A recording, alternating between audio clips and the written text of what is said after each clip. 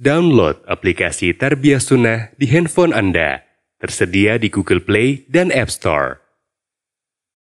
Bismillahirrahmanirrahim. Assalamualaikum warahmatullahi wabarakatuh. Alhamdulillah. Wassalatu wassalamu ala Rasulillah Muhammad ibn Abdillah wa ala alihi wa ashabihi wa mawalah wa man tabi'ahum bi ihsanin ila yaumil qiyamah wa ba'd. Hadirin jamaah Masjid Jami' Al-Islam di Kompleks Ma'had Al-Islam Cileunyi, Bandung, Jawa Barat yang Allah muliakan, terkhusus kepada para asatidzah di Ma'had ini, lebih khusus kepada Ustaz Al-Fadil, sahabat saya, sekaligus guru saya banyak ngambil faidah dari beliau. Ustaz Imam Syuhada, hafizahullahu ta'ala. Juga ada beberapa guru saya di sini, Ustaz Munzir, Ustaz Abu Faqih, Taharuddin, Abdullah Taharuddin, Ustaz-Ustaz lainnya. Saya banyak istifadah, intifa dari ilmu-ilmu beliau. Jadi sebenarnya saya kesini itu mau belajar kepada beliau-beliau. Tapi sampai di sini dijebak untuk duduk di sini, dikasih kitab, bahas licik. Tapi alhamdulillah, saya tenang berbicara di hadapan orang-orang berilmu, tidak takut salah. Karena kalau ketika salah ada yang ngoreksi. Saya lebih tegang kalau di hadapan saya orang-orang yang awam, tidak ada yang berilmunya, itu lebih tegang. Karena apa? Kalau saya salah nggak ada yang ngoreksi. Tidak ada yang meluruskan, tidak ada yang menegur. Itulah yang membuat saya lebih tenang untuk berbicara di hadapan orang-orang yang lebih berilmu daripada saya. Semoga ini menjadi pembuka untuk kedatangan saya di masa-masa berikutnya. Kita akan membahas sebuah kutaib yang sangat cocok untuk para tulabul ilm, para santri, para asatidzah. Namanya Ta'zimul Ilm, mengagungkan ilmu. Ada syarahnya juga. Tapi walaupun kutaib sedikit, kata orang Cilenya mundal. Mundal itu banyak sekali faidahna. Ibarat pare bener. Bener itu artinya padi yang berisi. Henteu hapa. Hapa itu yang kosong. Setiap sesuatu yang mengandung faidah yang banyak diistilahkan bener. Catat tuh. Artinya sangat berisi. Walaupun sedikit. Tapi ada syarahnya, ada penjelasan rinci dan detail serta mendalam. Sangat cocok dibahas di kalangan para tulabul ilm, para santri, para asatidzah. Karena apa? Karena itu ibarat menyiapkan diri seperti umpamanya kita akan menampung air bersih, bening, yang segar, yang bermanfaat. Kita butuh wadah. Wadah ini pertama harus besar. Yang keduanya harus bersih, steril. Tidak boleh ada kotoran. Tidak boleh ada hal-hal yang membahayakan.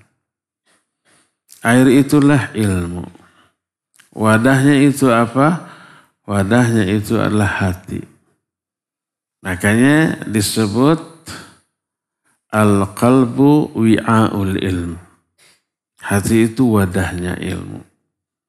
Di dalam Kitaib ini nanti akan dijelaskan apa yang harus dipersiapkan oleh kita untuk membersihkan wadah dari ilmu. Setelah itu baru bagaimana caranya agar air yang merupakan simbol dari ilmu itu mengalir deras dalam bentuk yang sebaik-baiknya, sesuci-sucinya, sebersih-bersihnya.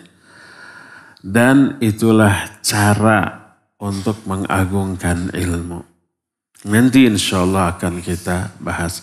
Sekarang mah punten baru muqaddimahnya aja dulu. Allah Azza wa Jalla menyuruh kita untuk bangga dengan ilmu. Karena apa? Karena agungnya ilmu. Dalam surah Yunus ayat 58 Allah berfirman, "Qul bifadlillahi wa birahmatihi fabidzalika falyafrahu. Huwa khairu mimma yajma'un." Katakan oleh Muhammad, dengan karunia Allah dan rahmatnya, dengan semua itu silakan kalian berbangga-bangga. Karena itu lebih baik daripada kemewahan dunia yang dikumpulkan oleh manusia.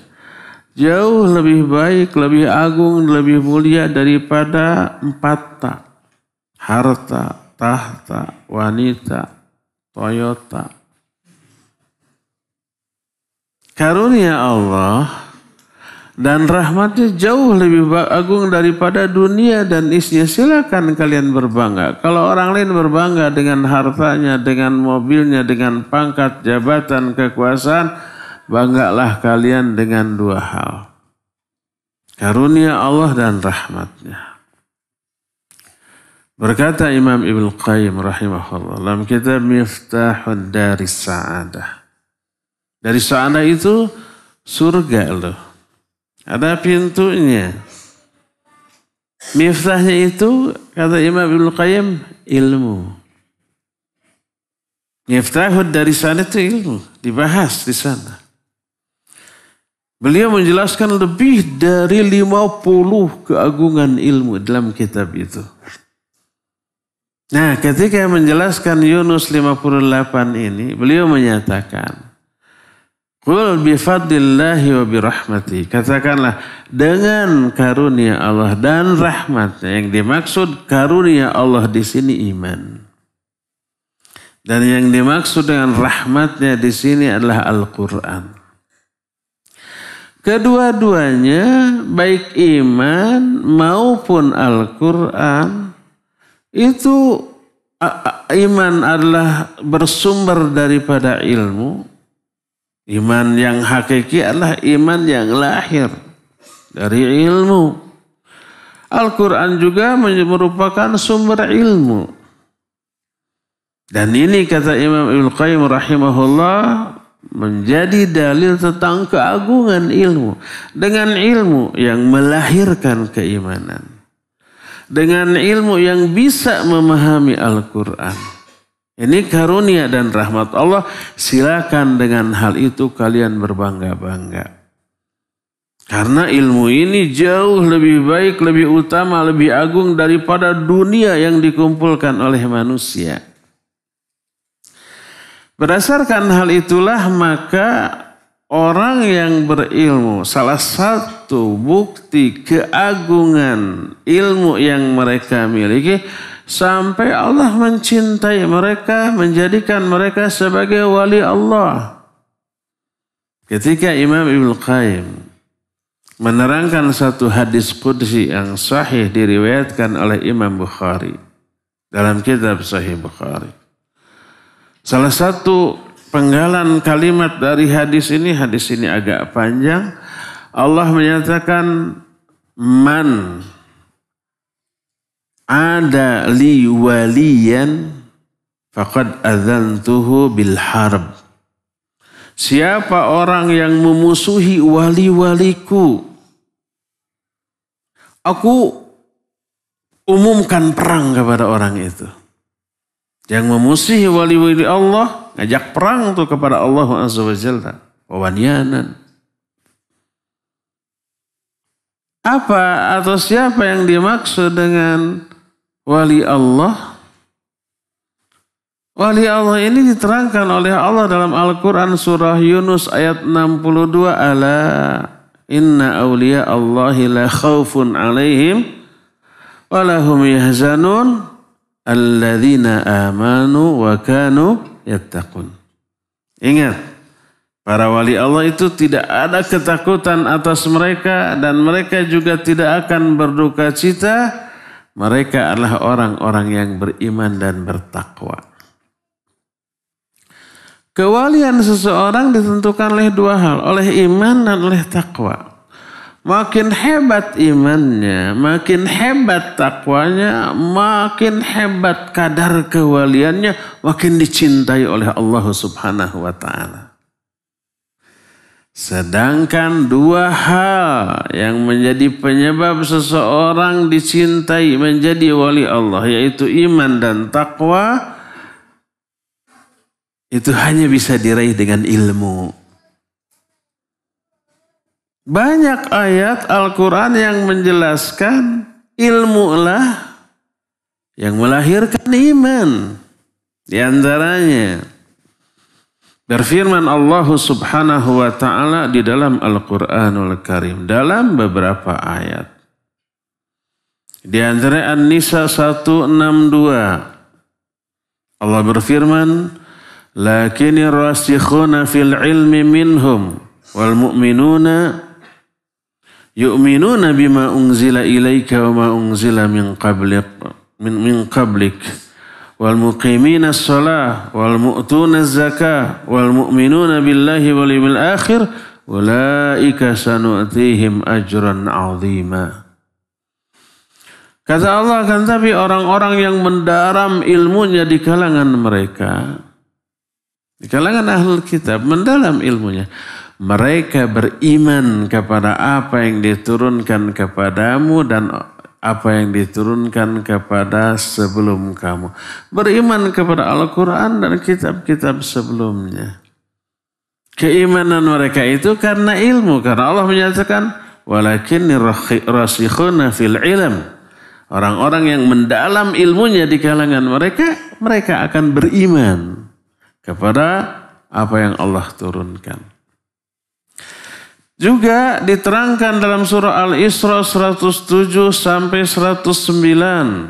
Allah menyatakan, innal ladzina utul ilma min qablih idza yutla alaihim yakhirruna lil adqani sujjada wa yaquluna subhana rabbina in kana wa'du rabbina lamaf'ula wa yakhirruna lil adqan yabkuna wa yaziduhum khushu'a. Kata Allah, sesungguhnya orang-orang yang sudah diberi ilmu, ingat sudah diberi ilmu, sudah memperoleh ilmu sebelumnya, bila dibacakan kepada mereka ayat-ayat kami, mereka tersungkur sujud. Sujudnya ini wujud dari keimanan yang ada dalam hatinya. Iman ini disebabkan karena ilmu tadi. Orang-orang yang sudah diberi ilmu, kalau dibacakan ayat tersungkur sujud. Lalu mereka berkata, Maha suci Rabb kami, sesungguhnya janji Rabb kami pasti akan terlaksana. Mereka tersungkur sujud, menangis dan bertambahlah kekhusyuan mereka. Mereka sujud, mereka menangis, nambah khusyuk. Itu karena ilmunya. Ini efek ilmu kepada keimanan.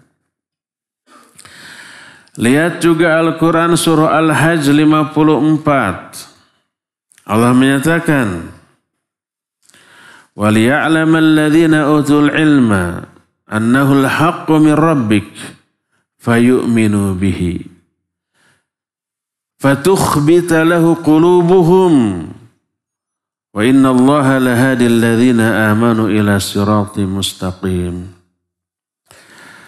Kata Allah, agar orang-orang yang berilmu itu mengetahui bahwa Al-Quran ini benar dari Allah, lalu mereka beriman kepadanya, lalu hati-hati mereka ikhbat. Ikhbat itu dawamut ta'at.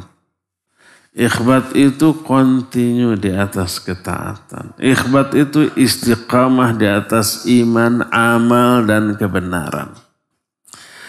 Nah, di dalam ayat ini Allah menyatakan orang-orang yang beriman, orang-orang yang berilmu, setelah dia berilmu, tahu Al-Quran ini benar, lo beriman dan istiqamah di atas keimanan. Itu karena ilmunya. Dari sinilah maka tidak heran apabila ilmulah yang menjadi penyebab orang memiliki keimanan. Kadar keimanannya berbanding lurus dengan kadar ilmu. Makin mendalam ilmu, makin hebat imannya. Otomatis kekhusyuannya, rasa takutnya kepada Allah, mahabbahnya, rojanya, tawakalnya, ikhlasnya, semuanya bertambah. Sebanding dengan bertambahnya ilmu mereka. Innama yakhshallaha min ibadihil ulama. Hanyalah orang-orang yang takut kepada Allah di kalangan hamba-hambanya hanyalah para ulama, orang-orang ilmu. Karena ilmunya lah mereka takut. Takut ini yang menjadi salah satu unsur keimanan, menjadi pengerem dirinya dari segala macam dosa dan maksiat dan pendorong dirinya untuk melakukan apa yang Allah Subhanahu wa taala perintahkan. Jadi iman lahir karena ilmu. Terus semakin lama imannya bertambah sesuai dengan pertambahan ilmu. Ini yang menyebabkan kita wajib ngaji, wajib belajar ilmu untuk mengupgrade atau ngecas iman kita. Karena iman ini berbanding lurus dengan ilmu. Bertambah ilmu, bertambah iman.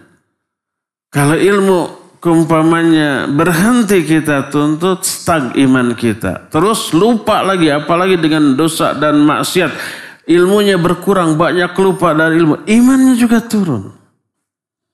Pertahankan ilmu, tambah ilmu. Dan menambah ilmu, mempelajari ilmu, memuraja ilmu termasuk salah satu di antara mengagungkan ilmu. Nanti kita akan bahas bagaimana cara mengagungkan ilmu. Ada 20 cara mengagungkan ilmu. Kita bahas, ya iyalah masa enggak.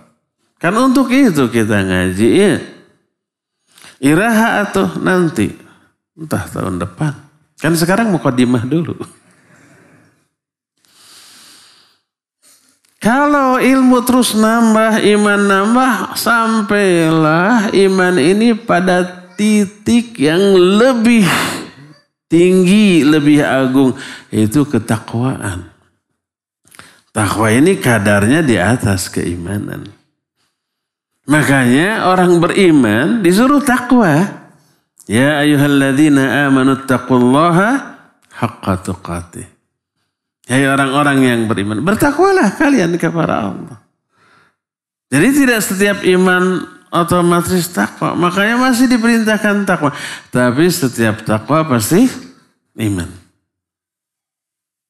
Semakin meningkat keilmuan dan keimanannya sampai pada level ketakwaan, sampai di sana jalan, cara, kondisi untuk memahami, mendalami ilmu jauh lebih mudah, lebih digampangkan oleh Allah Azza wa Jalla. Ibarat apa? Ibarat ada pipa yang mengalirkan air, kemudian air itu dialirkan ke wadah yang berupa bak. Pipa-pipanya itu banyak sumbatan-sumbatan sehingga airnya itu tidak lancar. Paling netes atau kata orang Sunda ini nggak ada terjemahannya, nyerelek. Nyerelek lebih lancar daripada netes. Kalau lancar banget namanya ngagolontor. Ngagolontor atau nyereleknya atau netesnya air sangat tergantung dari kondisi pipa. Kalau pipanya banyak sampah, banyak yang nyumbat, banyak penghalang, bisa-bisa netes pun tidak, ya enggak? Kalau toh umpamanya masih masuk paling netes atau nyerelek. Tapi ente ngagolontor. Bagaimana caranya agar ngagolontor? Bersihkan pipa ini dari sampah. Nah setelah sampah-sampahnya dibuang. Air secara deras tanpa penghalang ngagolontor. Tanpa bisa ditahan. Apa sih sampah pada pipa ini? Sampah ini adalah dosa, maksiat dalam hati kita. Itu menghambat di dalam proses belajar, proses memahami, proses menghafal. Sehingga orang yang banyak dosa dan maksiat terkena sebuah penyakit kronis yang disebut hese apal gancang poho. Ketika menghafal susah, setelah dihafal, gampang sekali lupanya. Karena dosa, karena maksiat. Nanti kita akan bahas setahun lagi. Makanya ketika dosa-dosa ditobati, itu ibarat sampah dalam pipa tadi dibuang. Kemudian menjauhkan diri dari dosa. Bahkan ditunjang dengan ibadah, amal soleh, melakukan banyak kebaikan. Ibarat si pipa itu dibersihkan, terus posisinya itu diperbaiki sehingga aliran air itu semakin menggelontor. Itu akan terjadi pada diri orang yang bertakwa. Karena takwa hakikatnya imtithalu awamiri wajtinabu nawahi. Takwa itu melakukan semua yang diperintahkan, menjauhi semua yang dilarang. Takwa itu ja'alul abdi wiqayatan mimma yakhafu. Takwa itu seorang hamba menjadikan tameng, perisai antara dirinya dengan sesuatu yang ditakutinya. Itu takwa. Makanya bertakwa kepada Allah artinya membuat tameng antara kita dengan murka dan azab Allah. Tamengnya itu bukan besi, bukan benteng. Tapi tamengnya itu ketaatan. Laksanakan perintahnya, jauhi semua larangannya. Akan terjauhkan dari murka dan azab Allah. Takwa itu menjauhi dosa dan maksiat.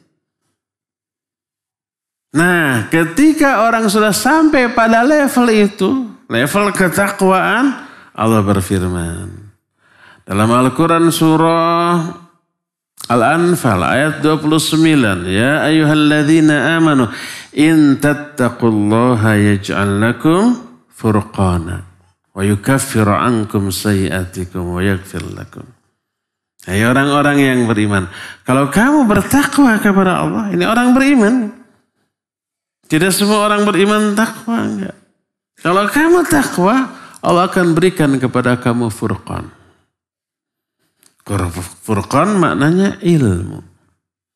Allah Syekh Al-Utsaimin merinci, furqan ini tidak sekadar bisa memahami ilmu, tidak sekadar bisa menghafalkan ilmu dengan cara yang mudah. Memahaminya mudah. Menghafalkannya mudah. Juga analisanya tajam. Orang ilmunya sama. Ketakwaannya berbeda. Memahami satu ayat. Orang yang lebih takwa bisa memahami makna yang jauh lebih mendalam dibanding yang ketakwaannya kurang. Ketika turun ayat al-yawma akmaltu lakum dinakum wa atmamtu alaikum ni'mati wa raditu lakumul islam dina. Ini ayat yang menjelaskan agama kita sudah sempurna. Oh, para sahabat senang, bahagia, agama kita sudah sempurna. Tapi ada satu sahabat nangis sedih. Abu Bakar As-Siddiq radhiyallahu anhu. Karena beliau memahami Satu pemahaman yang tidak ditangkap oleh umumnya sahabat lain. Karena kadar ketakwaannya. Para sahabat kaget. Kenapa engkau bersedih? Bukankah agama kita sudah sempurna? Iya. Bukankah harusnya kita bahagia? Iya. Kenapa kamu menangis? Karena kalau agama ini sudah sempurna, menunjukkan tugas Nabi SAW sudah selesai. Kalau tugas beliau sudah selesai, apa yang terjadi? Sebentar lagi beliau akan dipanggil oleh Allah. Turunnya ayat ini mengisyaratkan kematian Nabi kita SAW sebentar lagi ini. Ini yang tidak ditangkap oleh sahabat lain, ditangkap oleh Abu Bakar. Kenapa? Karena kadar ketakwaannya jauh lebih besar daripada kadar ketakwaan sahabat-sahabat lainnya. Nah, makanya takwa itu satu posisi yang lebih tinggi daripada iman. Otomatis tak mungkin ketakwaan ini bisa dijangkau tanpa ilmu. Ilmu yang mendalam melahirkan keimanan, iman yang terus dipupuk oleh ilmu lalu meningkat kepada level ketakwaan. Kalau sudah sampai pada level ketakwaan, Allah menyatakan yaj'al lakum furqana. Allah akan berikan kepadamu furqan. Allah akan memudahkan kamu dalam memahami ilmu, dalam menghafalkan ilmu, dalam menganalisa sesuatu berdasarkan kemampuan ilmunya. Allah permudah semuanya itu. Allah kondisikan orang itu ya dipertemukan dengan guru yang bagus, yang bisa membimbing secara efektif dan efisien sehingga cepat memahami ilmu, cepat menghafalkan ilmu. Itu karena kadar ketakwaan. Wattaqullah wa yu'allimukumullah. Bertakwalah kalian kepada Allah. Allah akan ajarkan ilmu kepada kalian. Jadi ketakwaan super penting bagi setiap tulabul ilm. Ibadah, amal soleh, sesuatu yang mesti dibarengi di dalam proses mencari ilmu. Kalian mondok di sini, belajar di sini, jangan lupakan malam bangun untuk tahajud. Jangan lupakan saum sunnah sesering mungkin. Daud ke saum Senin Kamis, Ayyamul Bid atau saum sunnah yang lain. Perbanyak infak dan sedekah. Lakukan banyak kebaikan ke banyak orang. Tolong siapapun yang membutuhkan pertolongan. Al-jaza'u min jinsil amal. Siapa orang yang menolong saudaranya, Allah akan tolong. Wallahu fi aunil abdi maka al abdu fi auni akhi. Allah selalu menolong seorang hamba. Selama hamba itu selalu menolong sesama saudaranya. Balasan akan Allah berikan sesuai dengan jenis perbuatan kita. Perbuatan kita menolong orang lain, Allah akan tolong. Perbuatan kita mempermudah urusan orang lain, Allah akan permudah urusan dia. Perbuatan kita melepaskan orang lain dari kesulitan, Allah nanti akan melepaskan kesulitan kita. Lahir batin, dunia, akhirat. Al-jaza' min jinsil amal. Itu amal soleh. Bahkan disebut dengan sebutan amal muta'addi. Dan secara umum, ini secara umum. Amal muta'addi jauh lebih utama daripada amal qasir. Amal qasir itu amal yang bermanfaat hanya untuk diri kita sendiri. Amal muta'addi yang bermanfaat bagi orang banyak. Jadi ketakwaan adalah level yang lebih tinggi daripada iman dan itu hanya bisa dicapai dengan ilmu. Berkata Abu Darda radhiyallahu anhu. Ini dinukil oleh di antara Sa'id bin Wahab Al-Qahtani dalam kitab Al-Hikmah fi Da'wati ila Allah Ta'ala. Diriwayatkan oleh Imam Ad-Darimi dalam kitab Sunannya.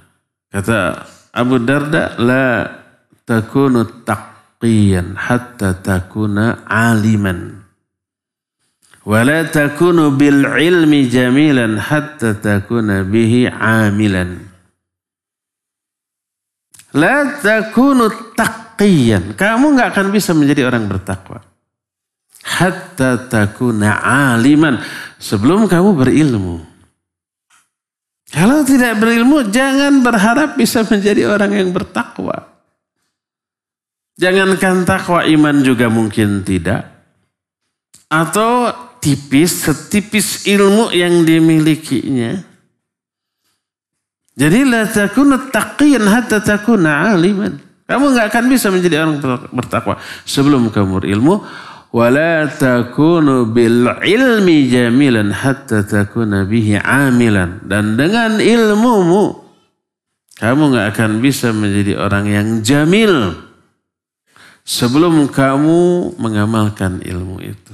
Kalau mau jadi jamil, amalkan ilmu. Jangan hanya dipelajari, difahami, dihafal, tapi nggak diamalkan. Jangan, amalkan.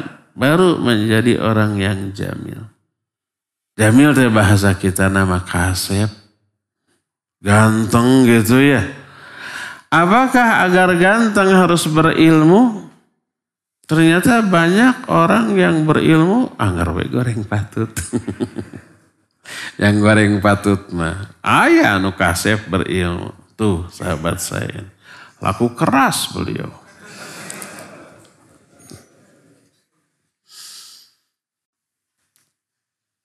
Jadi yang dimaksud jamil bukan wajahnya.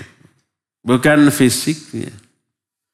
Al-Quran itu menggunakan kata-kata jamil dalam banyak ayat. Tak ada yang bermakna indahnya fisik. Wajah atau tubuh. Selalu menjelaskan indahnya perbuatan. Wahjurhum hajran jamil. Tinggalkan mereka dengan cara meninggalkan yang jamil, yang indah, yang baik, yang cantik. Wasbir sabran jamila. Bersabarlah kamu dengan sabar yang jamil. Jamil di sini dipakai untuk mensifati sabar. Sabar ini bukan fisik. Ketika para istri Nabi meminta nafkah tambahan kepada Nabi. Ini para suami hafalkan ayat ini. Minta nafkah tambahan. Liar kan Nabi SAW. Bukan satu istrinya, ya, bukan dua, banyak. Satu aja minta nafkah tambahan itu liar. Turun ayat. Ya ayuhan Nabi, qul li azwajika in kuntunna turidna al-hayata dunya wa zinataha fata'alaina umatti'kunna. Katakan olehmu hai Nabi kepada istri-istrimu.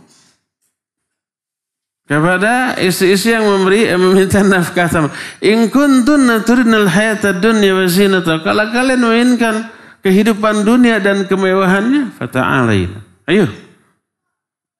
Saya kemari, saya akan berikan umatti'kunna. Saya akan berikan. Tapi di akhir ayat wa usarrihkunna sarahan jamila. Tapi saya akan ceraikan kamu dengan cara menceraikan yang jamil. Itu contoh beberapa ayat yang menggunakan kata-kata jamil. Semuanya itu dipakai untuk menerangkan indahnya perbuatan. Karakter, tingkah laku, akhlak. Jadi la takunu wa la takunu bil ilmi jamilan hatta takuna bihi amilan. Dengan ilmumu kamu tidak akan bisa menjadi orang yang indah perbuatannya, mulia akhlaknya sebelum kamu mengamalkan ilmu itu. Akhlak ini lahir dari ilmu yang diamalkan. Pengamalan ilmu pasti akan berwujud kemuliaan akhlak. Jadi lihat, takwa lahir dari ilmu. Dan ketika ilmu atau ketakwaan ini diaplikasikan, lahir kemuliaan akhlak. Baik iman maupun takwa ternyata lahirnya dari ilmu. Dan ini yang menyebabkan orang itu dianggap wali kekasih yang dicintai oleh Allah. ala inna awliya Allah la khaufun alaihim wa lahum yahzanun alladzina amanu wa kanu yattaqun. Untuk menjadi wali Allah harus punya iman dan takwa, dan ini sumbernya ilmu. Makanya nggak ada wali Allah yang bodoh. Nggak ada wali Allah yang telanjang. Nggak ada wali Allah yang ngerokok. Bagaimana mungkin telanjang dada, ngigau tidak sholat, ngomong yang ngaco, ngerokok dianggap wali Allah. Padahal Allah menyatakan wali Allah itu alladzina amanu wa kanu yattaqun. Dan ini lahirnya dari ilmu. Lihat. Ilmu ini penyebab lahirnya iman. Penyebab lahirnya ketakwaan. Penyebab lahirnya kemuliaan akhlak. Penyebab orang itu dicintai oleh Allah dan menjadi wali Allah. Penyebab orang itu dibela oleh Allah kalau ada orang yang mau memusuhinya. Man 'ada li waliyan faqad adzantuhu bil harb, kata Allah. Siapa orang yang berani memusuhi waliku, kekasihku. Ingat, kewalian seseorang itu karena apa tadi? Karena ilmu. Berarti aku akan mengumandangkan genderang perang kepada orang itu. Sok wani maka saya ulah kawali saya. Kalau sudah diajak perang begitu oleh Allah, aduh gawat.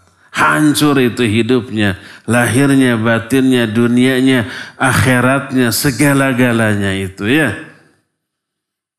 Maka dari sini kita bisa melihat betapa agungnya ilmu. Karena menjadi sumber lahirnya keimanan, penyebab lahirnya ketakwaan, kemuliaan akhlak, penyebab seseorang itu menjadi wali Allah Azza wa Jalla, dan diperintahkan dengan hal itu silakan kalian berbangga. Qul bifadlillahi wa birahmatihi wa bidzalika falyafrahu wa khairu mimma yajma'un. Katakan oleh Muhammad, dengan karunia Allah dan rahmatnya, dengan itu silakan kalian berbangga. Karena itu lebih baik daripada apa-apa yang mereka kumpulkan. Yang dikumpulkan oleh manusia, harta, pangkat, jabatan, kekuasaan, semuanya. Itu rendah, itu hina. Kita sering mendengar penjelasan hinanya dunia. Saking hinanya, kadang Nabi SAW menggambarkan seperti bangkai binatang. Kadang digambarkan seperti kotoran manusia. Kadang digambarkan tidak lebih berharga daripada sayap nyamuk sehelai, sayap seekor nyamuk. Saking hinanya. Itu mereka kumpulkan, gak ada kebanggaan dalam hal itu. Jangan bangga dengan harta, jangan bangga dengan mobil, jangan bangga dengan pangkat, jabatan, dengan uang. Saya tidak tahu dan jangan ditanya, boleh nggak bangga dengan banyak istri? Karena Ibnu Abbas menyatakan bahwa khairu hadhil ummah aktsaruha nisaan. Ada athar yang seperti itu. Sebaik-baik umat ini adalah orang yang paling banyak istrinya. Nabi SAW menyatakan tazawwajul waludal wadud fa inni mukatsirum bikumul umam yaumal qiyamah. Nikahi wanita-wanita yang subur dan penyayang. Karena aku merasa bangga dengan banyaknya jumlah kalian dibanding umat-umat yang lain pada hari kiamat. Bangga Nabi SAW. Jadi apakah boleh bangga dengan istri? Sejak sekarang saya tutup. Jangan ditanya mas, saya nggak akan bisa jawab. Nanti kabur maktan. Nanti Ustaz Imam Syuhada yang menjelaskan. Al-amal bil ilm. Al-ilmu indahul mutabbaq. Ilmunya sudah teraplikasi. Itu baru beberapa ayat yang menjelaskan agungnya ilmu.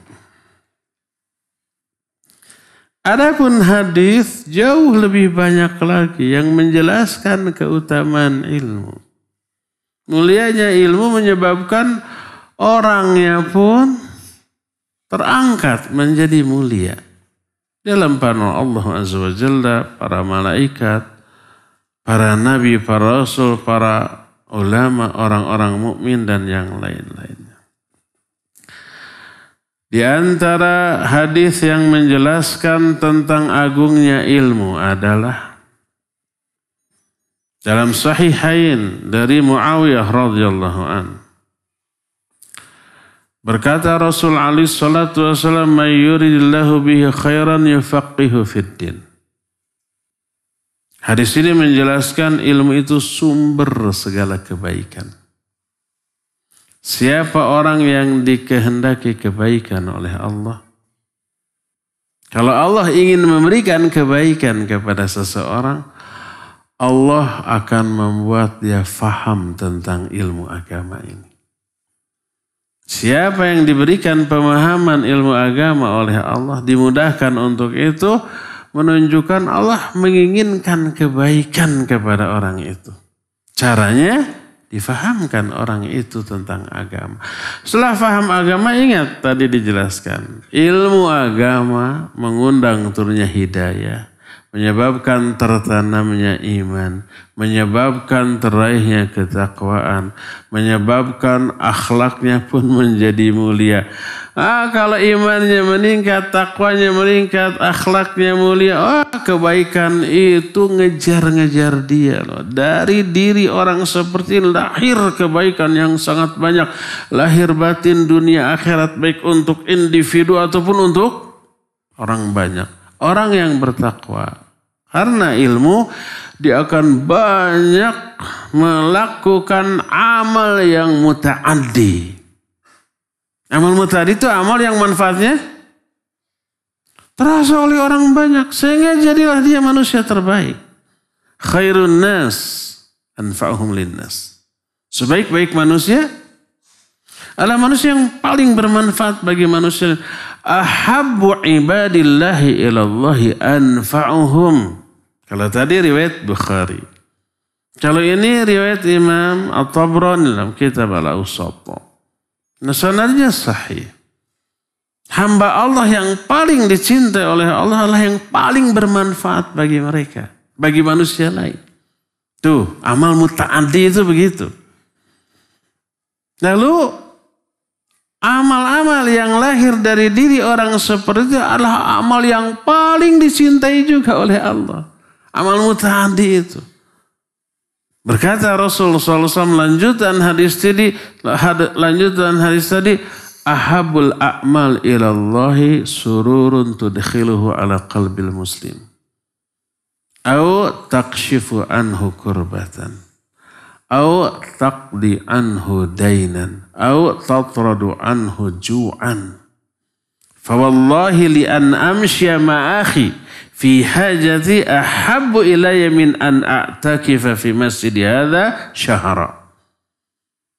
Amal yang paling dicintai oleh Allah adalah memasukkan kebahagiaan kepada hati sesama muslim, atau kamu melepaskan dia dari satu kesulitan, atau kamu lunasi hutangnya, atau kamu hilangkan kelaparan pada dirinya. Demi Allah, kalau aku berjalan bersama saudaraku untuk membantu dia memenuhi kebutuhannya, lebih aku sukai daripada iktikaf di masjidku ini selama 1 bulan. Di Masjid Nabawi loh.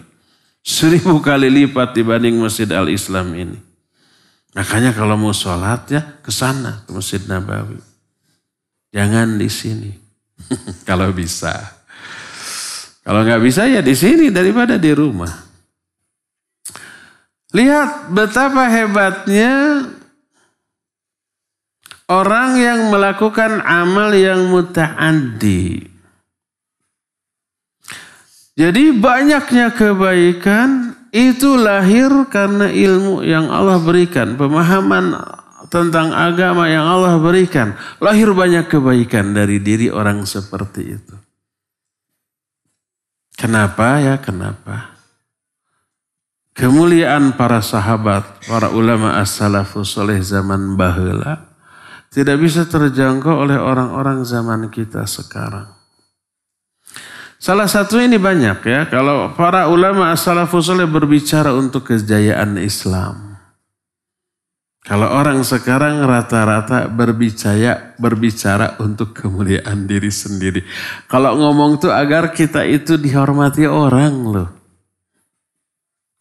Lebih banyak ke sana. Itu pertama. Kedua nih. Kalau ulama zaman dahulu, setiap hari selalu mencari cara untuk bisa membantu menolong orang. Karena tadi, kabita dengan hadis tadi, itu amal yang paling Allah cintai. Dan begitu ada orang yang punya kebutuhan kepada dia mengatakan jazakallahu khair. Dia yang berterima kasih kepada orang itu. Orang yang butuh. Karena melalui kamu Allah menganugerahkan pahala yang banyak kepada saya.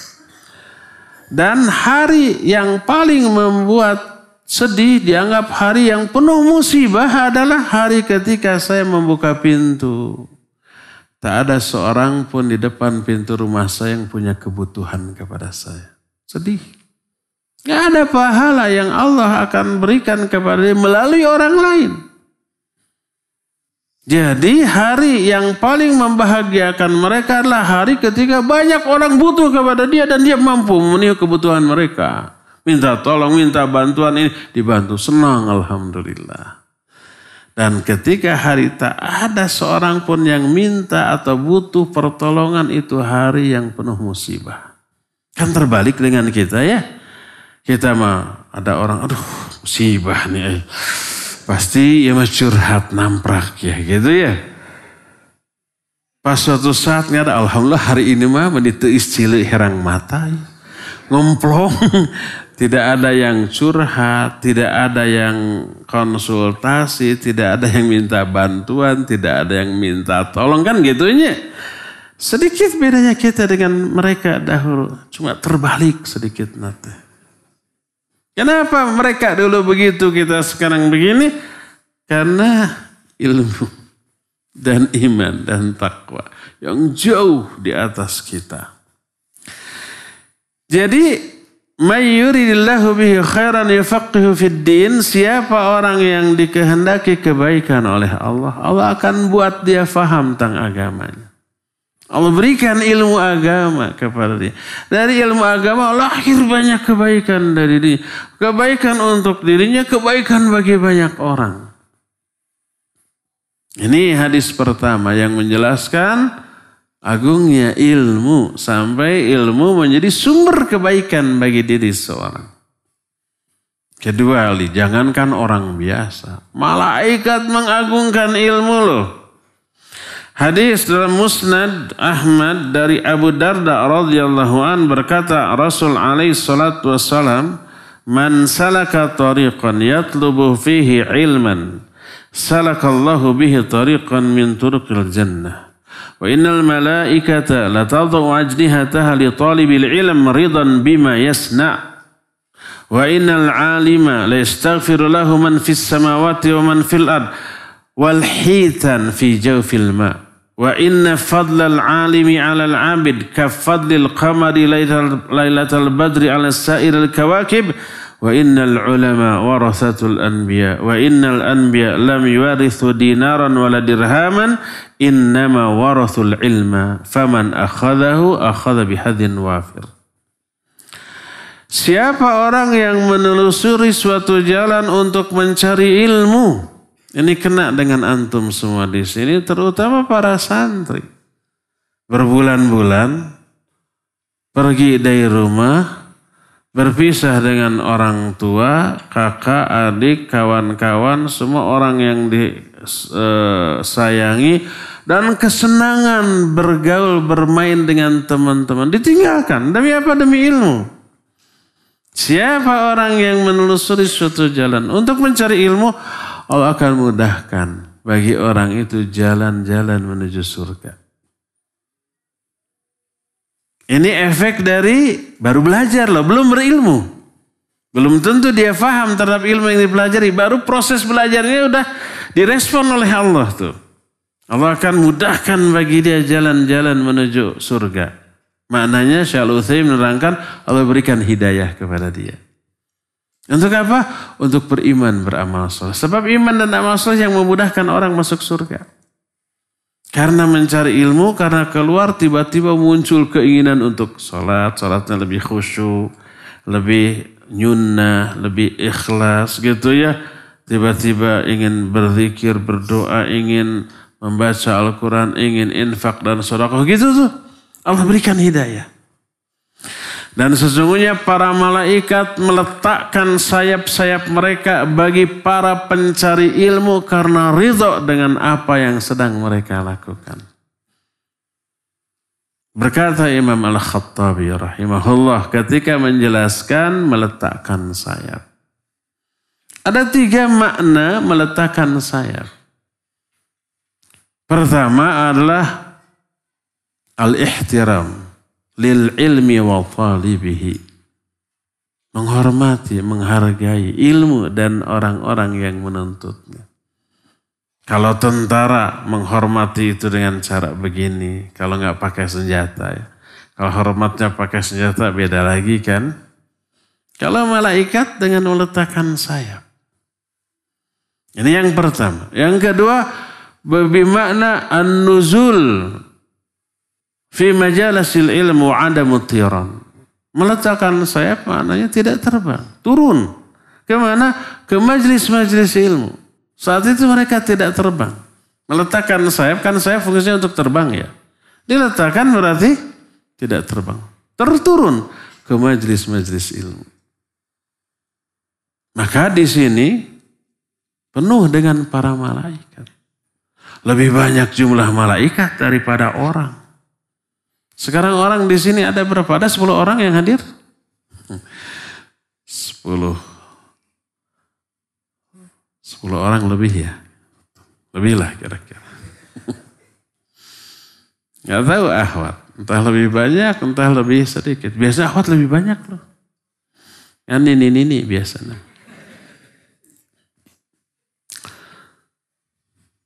Para malaikat itu kalau turun ke majelis ilmu bertumpuk dengan sayapnya satu di atas yang lain terus sampai ke langit dunia. Langit dari sini ke langit dunia kan jauh ya, pisan jauh nanti. Oleh kita nggak akan terjangkau. Itu menunjukkan amat sangat banyaknya jumlah malaikat yang turun. Itu penjelasan Syekh Muhammad Shalih Al-Utsaimin rahimahullah. Imam Sufyan Ats-Tsauri sebagai salah satu perawi hadis ini mendemonstrasikan malaikat itu bertumpuk-tumpuk satu di atas sayap yang lain terus sampai ke langit dunia loh. Nah itu yang dimaksud malaikat meletakkan sayap artinya turun dan tidak terbang. Nah, jadi lihat malaikat pun mengagungkan ilmu, mengagungkan majlis ilmu dan orang-orang yang sedang menuntutnya. Walaupun orang sedang belajar itu belum tentu paham ilmu yang diajarkan. Itu saja sudah diagungkan, sudah dihormati. Jadi yang pertama, orang itu diberi hidayah agar masuk surga secara mudah. Kedua, malaikat pun hormat, memuliakan, mengagungkan. Ketiga, nih luar biasa. Ini yang membuat kita sangat-sangat semangat untuk selalu hadir dalam majelis ilmu. Sebagai pengajar ataupun sebagai orang yang belajar. Berkata Rasulullah SAW, wa innal alima la yastaghfir lahu man fis samawati wa man fil ard. Sesungguhnya orang yang berilmu akan dimintakan ampunan oleh semua yang ada di langit. Yang di langit itu bukan Superman, bukan Gatot-Kaca. Tapi siapa? Para malaikat. Dan semua yang ada di bumi. Siapa? Ya kita. Termasuk binatang. Iya. Hattal hitan. Sampai ikan-ikan yang ada di lautan. Bahkan dalam riwayat lain. Hatan namlah fi juhriha. Semut-semut yang ada di sarangnya. Di lubang-lubangnya juga. Itu memintakan ampunan. Untuk orang yang berilmu. Dalam riwayat yang diterima dari Sofwan bin Asal, orang yang belajar ilmu juga. Orang yang keluar dari rumah belajar ilmu itu diberikan sholawat oleh seluruh makhluk penghuni langit dan penghuni bumi. Bukan hanya yang mengajar, bukan hanya yang berilmu, tapi juga yang belajar. Pokoknya yang hadir dalam majelis ilmu.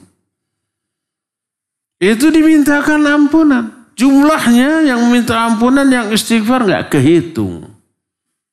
Semut aja yang ada di lubang-lubangnya tidak bisa kita hitung saking banyaknya. Ikan yang ada di lautan yang konon, saya percaya aja walaupun belum pernah membuktikan. Luas lautan itu lebih luas daripada daratan. Katanya ya. Percaya aja lah. Tiba-tiba capek kudu ngukur sorangan. Otomatis makhluk di lautan lebih banyak daripada di daratan. Itu semuanya beristighfar loh. Memintakan ampunan, memintakan rahmat. Selama kita ngaji, selama kita belajar, mereka berdoa, Allahumma gfir lahum, Allahumma arhamhum. Ya Allah ampuni mereka, ya Allah rahmati mereka. Maka sadar tidak sadar, terasa tidak terasa, dosa kita selama belajar ini murudul maruragan, berguguran.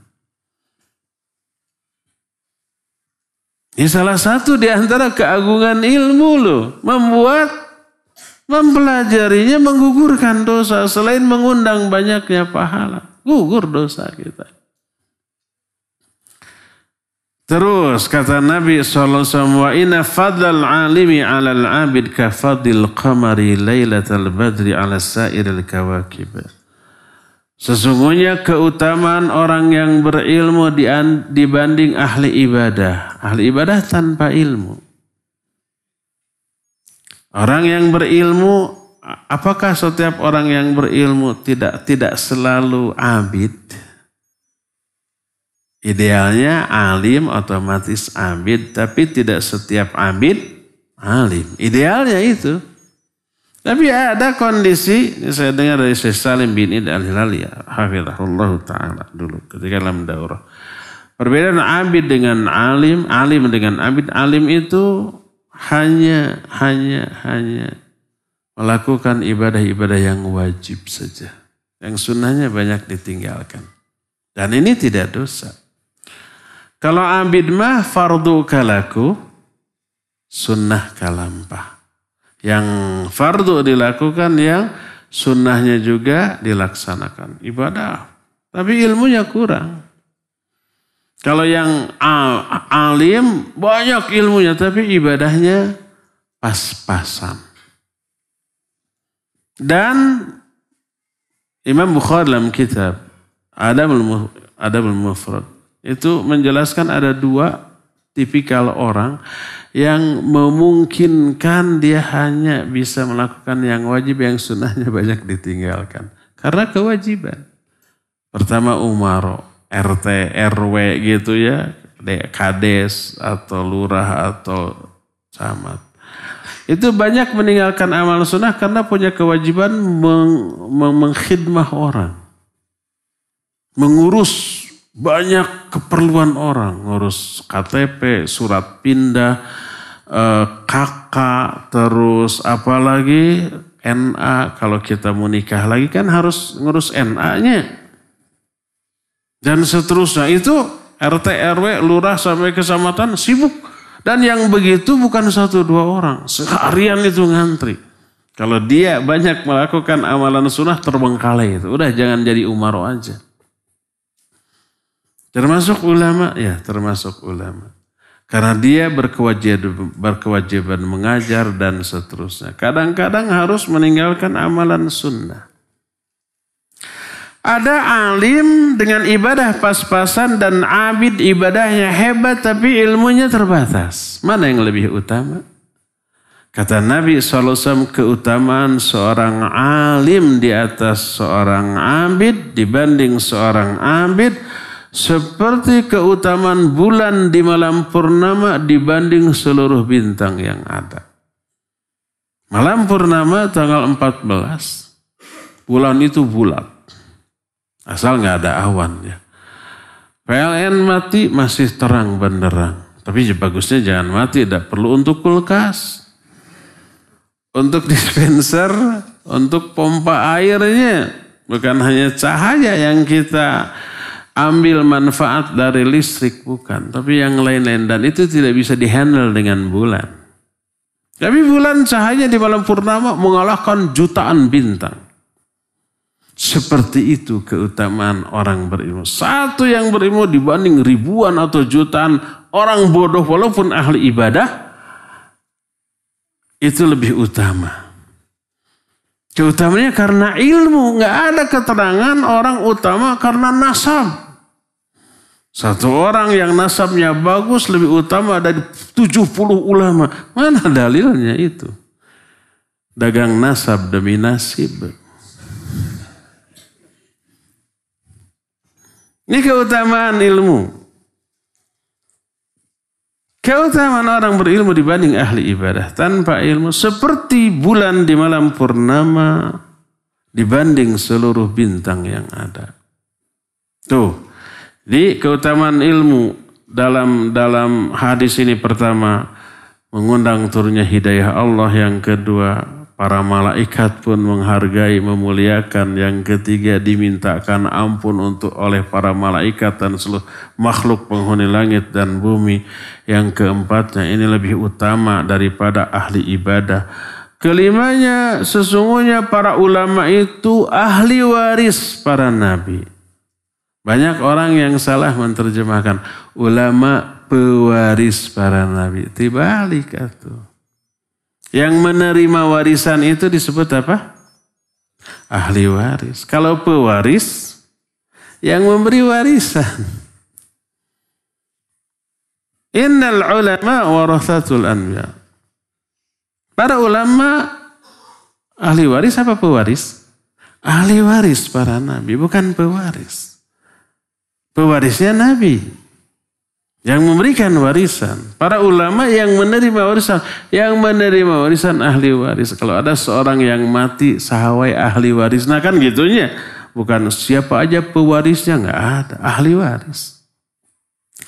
Para ulama adalah ahli waris para nabi. Dan para nabi tidak mewariskan dinar, dirham, dolar, cuan, rupiah. Enggak. Hanyalah yang mereka wariskanlah ilmu.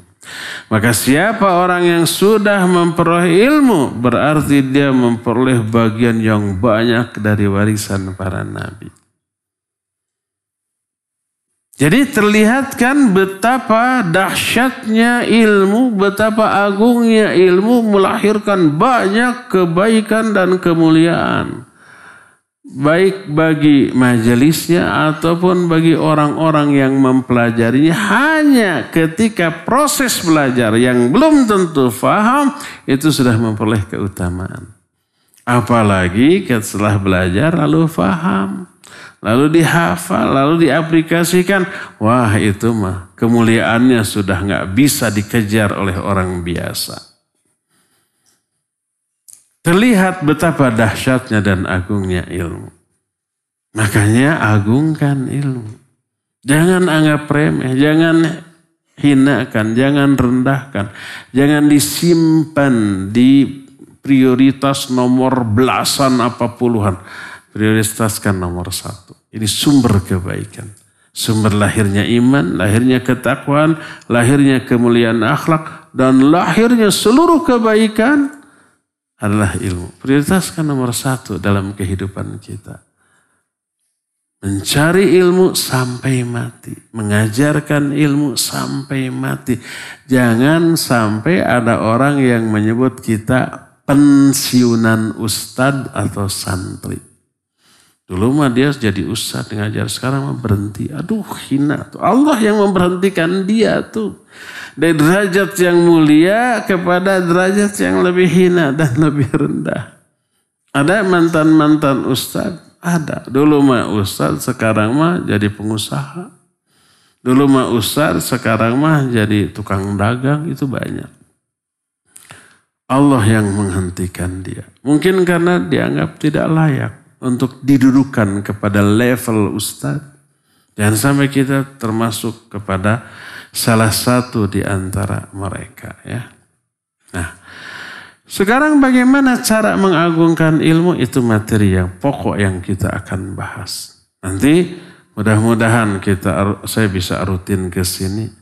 GR emang mau diundang rutin gitu.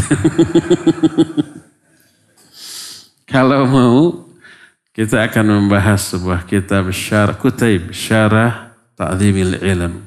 Nanti akan diberikan, mungkin ada di sini, tinggal di fotokopi dibagikan. Nanti kita akan bahas poin demi poin, dan itu super sangat penting bagi para asatidzah dan para thalabatul ilm ya.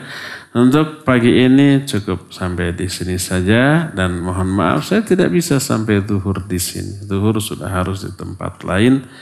Dan kita masih punya sisa waktu kira-kira beberapa detik lah untuk bertanya jawab. Kalau ada pertanyaan yang mudah silakan. Kalau yang susah jangan ditanyakan. Wassallallahu ala nabiyina Muhammadin wa ala alihi wa ashabihi wassalam. Mangga. Bismillah. Assalamualaikum. Waalaikumsalam warahmatullahi wabarakatuh. Izin bertanya Ustaz. Lebih utama mana ahli bid'ah, tetapi dia lebih takut kepada Allah, dengan orang yang tidak pernah melakukan bid'ah tapi sering melakukan maksiat? Dua-duanya tidak utama, dua-dana pika sebelen. Jadi jangan ditanya mana yang lebih utama. Kalau mau bertanya mana yang lebih buruk, ahli bid'ah atau ahli maksiat? Dua-duanya buruk, tapi mana yang lebih buruk? Dua-duanya tidak ada keutamaan. Makanya jangan ditanya mana yang lebih utama, tapi mana yang lebih buruk. Imam Ibnu Qayyim rahimahullahu ta'ala menyatakan al-bid'ah ahabbu ila syaitan minal ma'siyah. Ini secara umum ya. Kita tidak menerapkan secara perorangan ke orang. Ini bukan tabdi' muayyan atau takbih muayyan, tapi umum. Kata Imam Ibnu Qayyim rahimahullah, bid'ah itu lebih disukai oleh setan daripada maksiat. Kalau iblis mau menggoda manusia, ada tahapannya. Pertama, digoda agar manusia itu syirik atau kufur. Kedua, kalau nggak mampu, digoda agar terjerumus ke dalam bid'ah. Ketiga, kalau nggak tergoda, digoda untuk terjerumus ke dalam dosa-dosa besar. Kalau dosa besar juga tidak tergoda, digoda untuk melakukan dosa-dosa kecil. Dan begitu seterusnya. Jadi bahaya bid'ah lebih tinggi, lebih besar daripada maksiat. Kenapa? Karena pertama, kebid'ahan adalah kejahatan kepada Allah dan Rasul-Nya secara langsung. Karena yang mereka lakukan adalah merubah, menambah, mengurangi syariat Allah Subhanahu wa ta'ala. Kedua, menganggap benar baik terhadap kesalahan yang besar tersebut.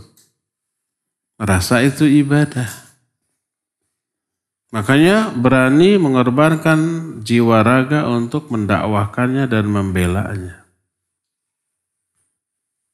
Karena itulah, karena merasa benar dengan kesalahannya, mereka tidak akan taubat. Taubat dari apa yang saya lakukan nggak salah kok, kan gitu ya.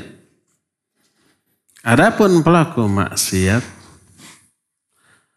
maka saya yakin setiap pelaku maksiat meyakini haramnya kemaksiatan yang dilakukannya.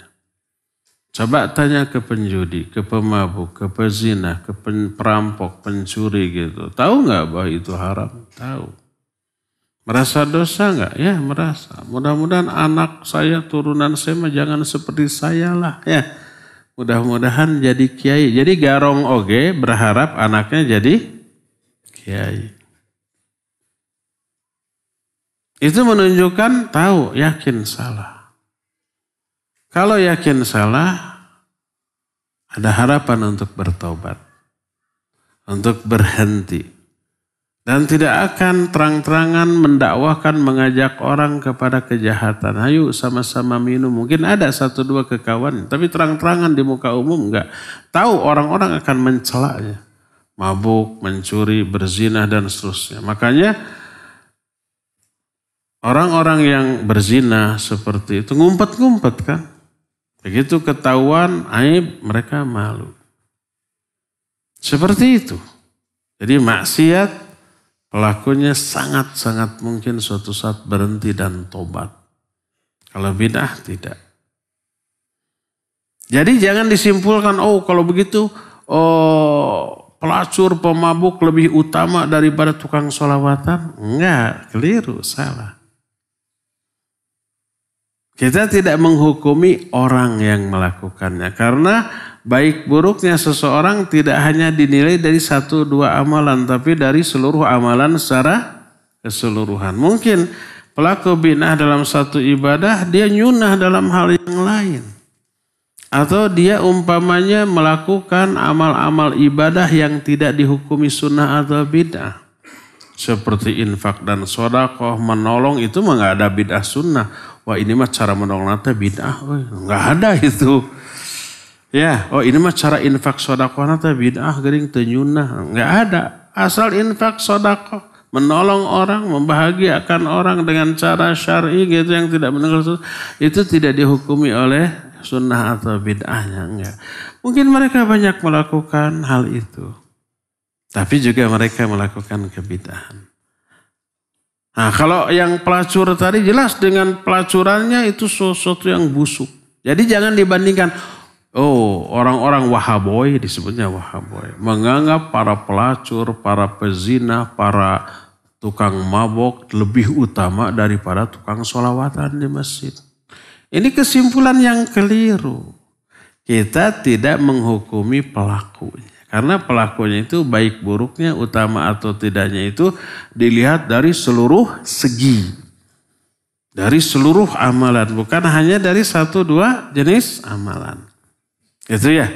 Tapi perkataan bahwa bid'ah lebih disukai oleh setan daripada maksiat. Perkataan ulama ahlus sunnah yang diakui juga oleh orang-orang yang anti wahaboyi tadi. Imam Ibnu Qayyim rahimahullah menyatakan demikian. Ya.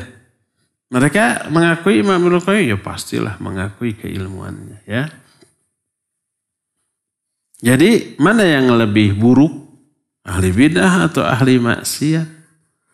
Kita tidak menilai orangnya, tapi kebid'ahan lebih dahsyat daripada kemaksiatan. Lebih buruk dan lebih disukai oleh setan daripada maksiat. Bukan berarti maksiat tidak disukai oleh setan. Disukai banget, tapi lebih menyukai kebid'ahan.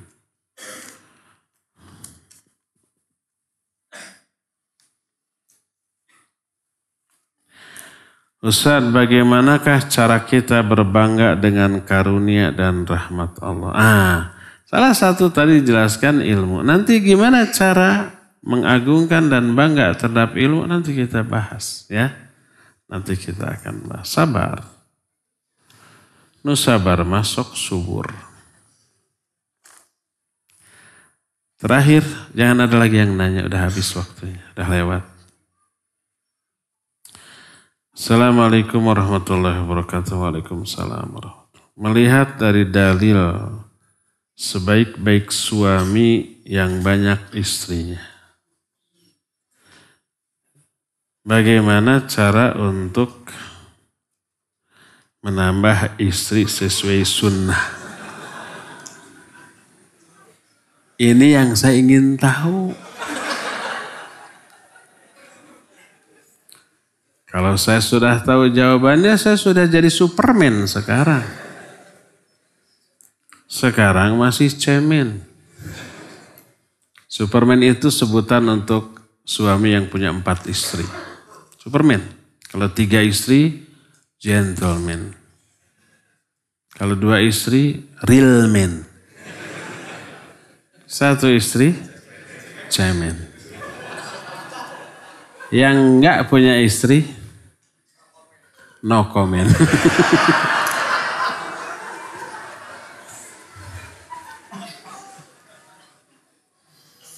Nanya orang ginian ke saya, bagaimana cara menambah istri sesuai sunnah? Apakah boleh menikah lagi dengan gadis yang cantik? Dan apakah harus diketahui tetangga dan keluarga? Nah, ini yang ingin saya ketahui. Tolong beritahu. Ya. Nanti ini Ustadz Imam Syuhada yang menjawab ya. Beliau itu sudah banyak yang minta daftar melalui saya ada.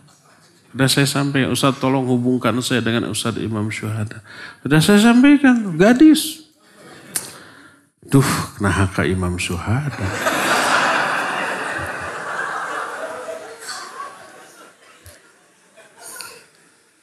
Ya, cukup sampai di sini. Subhanakallahumma bihamdik asyhadu an la ilaha illa anta astaghfiruka wa atubu ilaik. Walhamdulillahirabbil alamin. Wassalamualaikum warahmatullahi wabarakatuh.